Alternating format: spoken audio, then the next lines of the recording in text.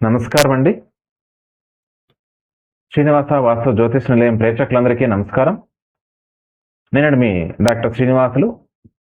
మనం ఇంతవరకు MA జ్యోతిష్యంలో first ఇయర్లో 5 సబ్జెక్టుల గురించి తెలుసుకున్నాం. 5 సబ్జెక్ట్స్ అంటే 5 పేపర్లు.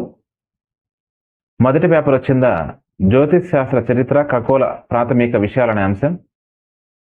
రెండవ చాప్టర్ అంటే రెండో సబ్జెక్ట్ అనుకోండి, జ్యోతిష్ శాస్త్ర ప్రాథమిక అంశాలు.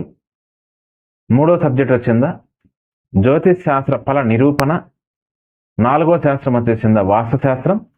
ఐదో శాస్త్రం వచ్చేసిందా వైద్య జ్యోతిష్యం జాతక చంద్రిక అనేది మన రీసెంట్గా లాస్ట్ ఒకే క్లాస్లో 5వ చాప్టర్ గురించి చెప్పాను. ఇది మనకి ఎంఏ జ్యోతిష్యం ఫస్ట్ ఇయర్ 5 సబ్జెక్టులు బ్రీఫ్గా మనం ఇప్పటిదాకా నేను ఎక్స్ప్లెయిన్ చేయడం జరిగింది. నెక్స్ట్ మళ్ళీ మనం ఇప్పుడు ఎంఏ జ్యోతిష్యంలోనే ఫస్ట్ ఇయర్ 5 సబ్జెక్ట్స్ అయిపోయినాయి. సెకండ్ ఇయర్లో 4 సబ్జెక్ట్స్ ఉంటాయి, ఒక ప్రాజెక్ట్ వర్క్ ఉంటుంది. 4 సబ్జెక్టులు ఒక ప్రాజెక్ట్ వర్క్.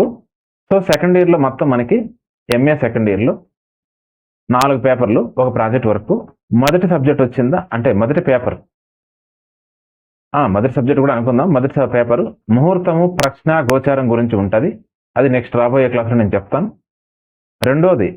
రెండో పేపర్ తాజకం పాశ్చాత్య పద్ధతులు. అంటే మనకు తెలిసిన ఈ పద్ధతి అనుకుంటా, పరాశర వింశోత్తరి ఇదే కాకుండా వేరే తాజకం పాశ్చాత్య పద్ధతిలో అంటే వెస్టర్న్ కంట్రీస్లో కూడా ఏ విధంగా చేస్తారు అనే అస్ట్రాలజీ గురించి మనకి పేపర్ 2లో ఉంటుంది ఎంఏ సెకండ్ ఇయర్లో.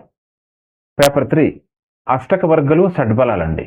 అది పేపర్ 3 సెకండ్ ఇయర్లో. అంటే మనం లాస్ట్ టైం కూడా అష్టక వర్గ గురించి డీటెయిల్ చెప్పాము.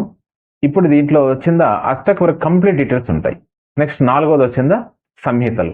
అంటే మొత్తం నారద అన్ని సంహితల దాని కలిపి బృహత్ సంహిత. ఆ సంహితలు అంటే దాంట్లో ఇంకా చాలా సబ్జెక్ట్స్ ఇంటిగ్రేషన్ ఉంటాయి. అంటే ఎక్స్ట్రా మన నేర్చుకోవడానికి అన్ని రకాల అవన్నీ. అది 4వ సబ్జెక్టు.